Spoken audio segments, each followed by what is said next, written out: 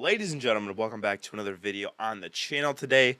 The NFL offseason is now officially here. The Chiefs were just named Super Bowl champions yesterday, much to the dismay of many, not to me, because fuck the 49ers. But anyway, now that means that we can officially get into our offseason videos. I made a lot of offseason videos last year, and I'm excited to get back into it. One of my favorite ones is to do the mock drafts. Now, you guys might have seen, I've done a few mock draft videos before. It was like the pre-divisional round, post. This is mock draft 1.0. This is the first mock draft of the offseason, so I'm super excited to get into it. Again, if you guys have been enjoying the mock draft videos, don't forget to subscribe, like, comment down below what I did right or wrong for your team, and let's go ahead and jump right into it. So, I'm not going to spend too much time elaborating on the situation because I think a lot of the talk is going to be what the Bears should do at quarterback. I don't think it's much of a debate. I think that they should go Caleb Williams pretty comfortably, so I will take Caleb Williams here for the Bears starting it off. At number 2, Redskins are in a position where they still need a quarterback. Marvin Harrison, again, is tempting, but I think that Drake May is still the pick here. I really don't think that they would go with anybody else. All right, so number 3 is I think where the draft starts to get a little interesting because the best quarterback available is definitely Jaden Daniels at this point. I don't know if I would personally take him at number 3, just being honest with you. But the Patriots are, I think, desperate enough to warrant taking him with a top 3 pick. So I will have Jaden Daniels going to the New England Patriots. Now, Arizona Cardinals, I think if the draft board falls like this, I think you got to be really, really happy because you arguably get the number 1 player on your board to fit your team, which is Marvin Harrison Jr. Obviously, I don't think they're going to go quarterback. Kyler Murray is, cemented. For how long, we don't know, but he's cemented as of right now as the starter in Arizona. So I think that this top 4, assuming the order stays the same, I think this top 4 is pretty set in stone. I think number 5 is where the draft starts to get kind of interesting. So a couple of things to note here. Jim Harbaugh loves building tough and physical teams. And, you want to look at the 49ers, you want to look at Michigan, you want to look at Stanford. He had good offensive lines and he had good defensive lines. And you're sitting here and you have, I would argue, a blue chip prospect in Joe Alt, a guy who I think can play left tackle, right tackle. Obviously, with Rashawn Slater being left tackle, he's got it, that position, he's got it tied down for a while. But I wonder if you can even move Joe Alt to right tackle maybe. I think that, again, Jim Harbaugh just wants tough, physical guys. I think that Joe Alt might be the move here. Now, again, Brock Bowers is tempting and Malik Nabers is tempting, but just the way Jim Harbaugh thinks, they also did just get Greg Roman as their offensive coordinator, which tells me, which I already knew, they're going to run the fucking football. So Joe Alt, offensive tackle, I think would be a great addition. Number 6, the New York Giants. I think that they are kind of like the Cardinals a couple spots before. They like their position that they're in right now. Now, they're not, I think, as set in stone with Daniel Jones as the Cardinals are in terms of trust and in terms of faith. But the fact of the matter is that, he's 1 year into his massive extension. They can't really cut bait yet. And even if they did, at pick 6, ironic, right? At pick 6, they're not in a position to take one of the top 3 quarterbacks. And trading up when Daniel Jones is still under contract, that's just complicated. Joe Mora, the owner, he likes Daniel Jones, and he kind of, runs shit over there. So I think I'm going to eliminate quarterback from the Giants. But Malik Nabers, I think, would be a fantastic get. He is what they have desperately wanted for years, which is a deep ball, deep play, big play receiver, whatever you want to say. And I really do think that he would, light a little fire under the Giants' offensive buzz. I think that's the reason they drafted Jalen Hyatt last year. Maybe he can be something similar, but for right now, I think if you're sitting at 6, you really can't pass up Malik Nabers. I think he fits more than a Rome Odunze would. You can debate who's better, and honestly, I could hear you out, but I really do think that Malik Nabers fits the Giants' offense better, especially for what they want to do. At number 7, Tennessee. Now, Personally, I would take Brock Bowers here. I think you need some offensive weapons. I think you need a guy that, can really stretch the field. But I think Chiggy Okonkwo is tolerable at tight end. And I think a more pressing need is wide receiver. I will give the Tennessee Titans Rome Odunze. I think that he is a very, very good receiver. Would instantly be the most talented player in the offense. Would instantly be the vocal point of their offense with new head coach Brian Callahan. Again, you're getting a guy who just came from the Bengals, had three really good wide receivers. They ran their offense through their receivers and Joe Burrow, obviously. And I think he's gonna be tantalized by the talent of Roma Dunze. And I think that he's gonna see a lot of his old Bengals guys in that. Right. Number 8, Atlanta Falcons. Cooper DeJean is tempting here, I will say. And as a fellow white guy, I am rooting for him to go as high as possible. But I think when it's all said and done, cornerback 1 in this class is going to be Nate Wiggins. I just think he's got prototypical size. He's got long arms. He's tall. I hope that he measures well at the combine. I do think that he'll be corner 1 here. Pairing him up with a guy like A.J. Terrell, even though because the Jeff Okudah thing didn't really work out, unfortunately. I do think that would be pretty damn good. All right, and then number 9, looking at the Chicago Bears, and I know I might get some pushback for this, and I kind of don't care because I think it's a great call. Honestly, if you're sitting at 9 right here for the Chicago Bears, I think you gotta go Brock Bowers if he's still on the board. Now I know they have Cole Kmet, and let me say something. Brock Bowers is significantly better, I think, in every way than Cole Kmet. And you guys ever heard the phrase, "Don't ever let your girlfriend prevent you from finding your wife"? That would be the example here with the Bears. Don't let Cole Kmet stop you from drafting Brock Bowers. You want playmakers on this offense, you're getting that with Brock Bowers, and I think he'd be an excellent pick at pick 9 for the Bears. The Jets, this pick just screams offensive tackle. Lucky for them, Olu Fashanu is still on the board. I'll give him to that at pick 10. At pick 11, again, this is something where I have to see what happens with Kirk Cousins. If they re-sign Kirk Cousins, I think quarterback's off the table, obviously. But I think quarterback's very much in play for the Vikings here, depending on where Kirk Cousins finds his new home, if there's a new home. I think quarterback is in play. You got Kevin O'Connell. Josh Dobbs was a good story, but he's not getting it done. Who's the other guy? Nick Mullins. He's not getting it done. So I think they need a guy. And truthfully, I think that if you're looking for a ball of clay to mold, in terms of just athleticism, decent arm strength, Bo Nix might be the guy there. Bo Nix might be the guy. Taking him at pick 11 is definitely rich, I will say. I don't love that. But if you're the Vikings, you got to sit right here and you got to say, well, what do we need? We need quarterback, running back, guard, center, D-line. I mean, you could take Dallas Turner or Jared Verse. Honestly, I think that they would go Jared Verse just because, some of their guys are free agents and they got to get an infusion of defensive talent because they have an offensive coach. I kind of think Jared Verse would be the pick there. In my opinion, he's edge rusher number 1. I think as of this current moment, he is the best pass rusher in this class, and I think that he'll be the first guy off the board. Pick 12, also a team that needs a quarterback. Now, I am much less confident that the Broncos will have a quarterback, starting caliber quarterback on their roster come draft than the Vikings will. I think there's a decent chance the Vikings re-sign Kirk Cousins. We all know that Russell Wilson's getting the fuck out of there. So they're really kind of up in the air at quarterback. I would peg them as a team to take a quarterback. Maybe they don't trade up. Maybe they do think they can get a guy like Bo Nix at 12, which I think he should be there at 12. I think that would be really rich to take him before that. But I think Bo Nix is a guy that Sean Payton would like. He's a good athlete, got a pretty strong arm, comes from a premier program, has a million starts. I believe he set the FBS record for most starts in college. Like, the guy's been around, and not to compare him directly to, but we've seen with Brock Purdy, like, his number of starts in college, I think, really benefited him going into the NFL level. And that was the opposite problem for a guy like Trey Lance, right? Trey Lance played 12 games or whatever it was. So Bo Nix is experienced. He's athletic. He's got a nice arm. I think there's a lot that Sean Payton would like to work with. And let's be honest, he doesn't really have a lot of other options, all right? The Vegas Raiders, who just had to watch their biggest rival win the Super Bowl in their stadium. How tragic. Anyway, they could also go quarterback here. I could see them going with a Michael Penix. I could see them going with, somebody like that. They are an interesting, trade-up target, so don't get me wrong there. But honestly, I think Michael Penix is too early at 13. J.J. McCarthy, some of these other guys just no.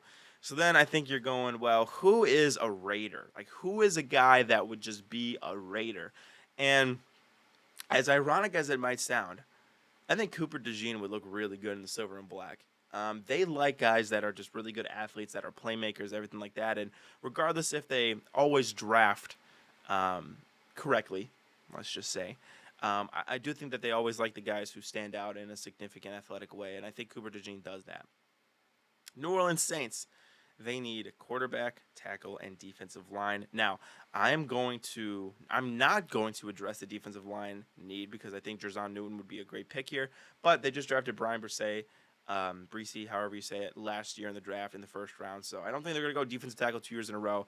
I think Fuaga, the tackle from Oregon State, would be a good pick here. Listen, I think Trevor Penning was a miss.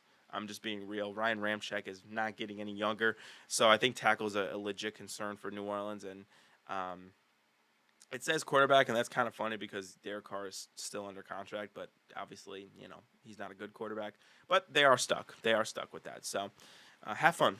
Anyway, the Indianapolis Colts. Now, this pick might surprise some people, but their biggest need is wide receiver. And I really do think that that is a pretty glaring issue, right? Michael Pittman is a free agent. Alec Pierce is not really that good, unfortunately. I think we saw this year. And I think they're going to want to invest heavily in that position to benefit Anthony Richardson going forward. I'm going to go down, and I'm going to take the best receiver in this class. I'm going to take, not the best receiver in this class, the best receiver available still on the board. I'm going to take Brian Thomas Jr. out of LSU. I think he's a solid wide receiver. I think middle of the first round is pretty much exactly where he slots in. And I think that he would be a nice addition to the Colts wide receiver room. Although Josh Downs is nice. I do like Josh Downs as well. I forgot to mention him.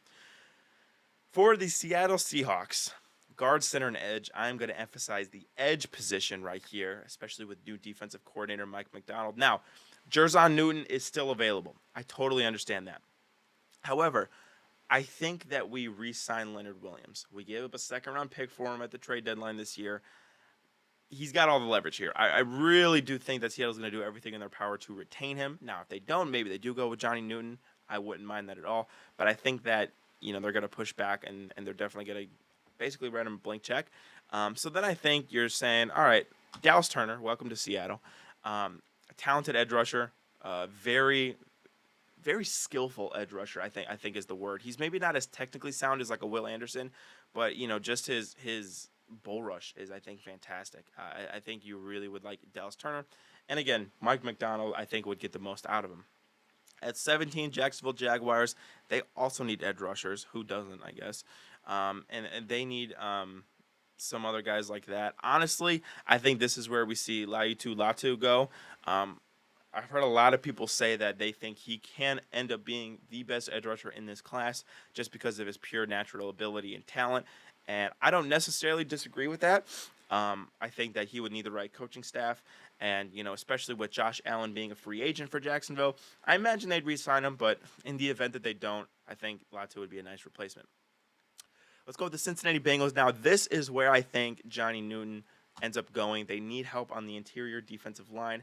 And, especially now that the Steelers are going to be running the ball, Ravens are running the ball, the Browns with Nick Chubb are going to be running the ball.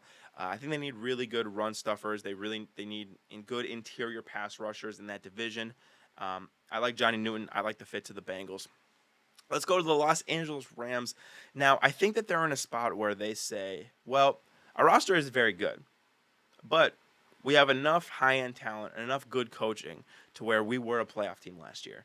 And I think instead of taking the rebuild approach where they take a project guy and wait a couple of years, I think they're going to try to find an instant impact guy right now. Truthfully, I think that Terrion Arnold from Alabama would be a nice fit. They don't have a lot of talent in their defensive backfield, and I think Raheem Morris did a hell of a coaching job last year to get the most out of that unit, but they're just not very talented, unfortunately. And I don't know if they'll be able to continue their success from last year with their current personnel grouping. Pittsburgh Steelers, DBs, I think, are a big thing. This is a guy who has been flying up the draft boards. He's a kid out of Toledo, had an excellent Senior Bowl. Now, the knock on him is obviously, hey, who the fuck is Toledo playing? And that's totally fair to a certain degree.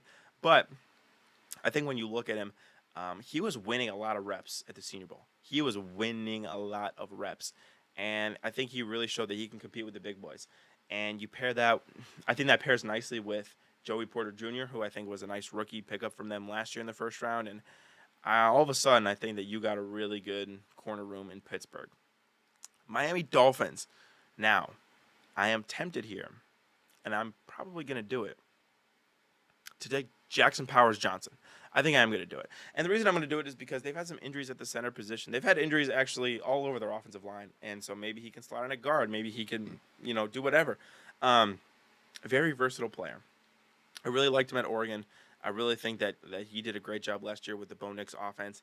And again, centers are you don't really notice a center until you miss them. You know what I'm saying? Like, I don't know if that makes sense, but teams who have good centers, they don't worry about centers, and teams who don't, like, you really know that you don't have a good center. And I think good centers are a position to just take care of. So I'm gonna give Jackson Powers Johnson to the Miami Dolphins.